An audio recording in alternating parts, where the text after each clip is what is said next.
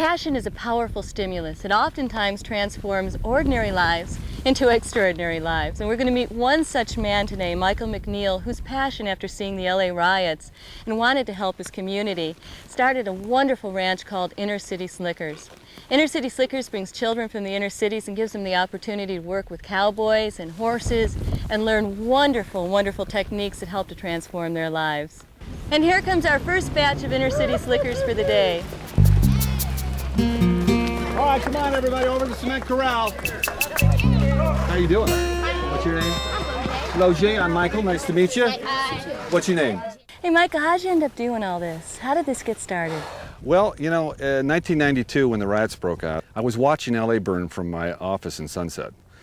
And I was watching the news coverage and I was very upset about the way they handled it and how undimensional it was. It was just like cardboard people burning their city. Then I just came up with the Awareness Foundation and started developing programs. And then we start teaching them how to saddle, get on a horse, let them get a feel of the horse, let them get over their fears, how to lead a horse. What's really great is the kids, they get to work together in saddling up, to leading the horse around. There's a lot of teamwork involved. My wrangler, he was really nice to me and he let me do most of the job. And because my other partner, he was really nice too and he was helping me out and it was really fun. One horn, that's good for something. As the days go by, you see these kids develop their own personalities. Some are better ropers, some are better riders. But it's all the horses that do it. You know, I think that God put horses on the earth to make us better people. And any day you spend on a horse is a good day. And when you get these kids out here, it's just amazing the 180s you see.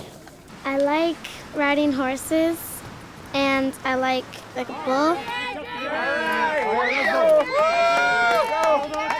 Great job, all right. Well, Erlinda is Michael's wife, and you've seen probably a lot of transformations with the children as you've worked out here with them. Can you tell us a little bit about that? There's this one particular kid, Anthony, coming from a tough neighborhood, you know, never been around animals, and he was very shy and didn't want anything to do with them.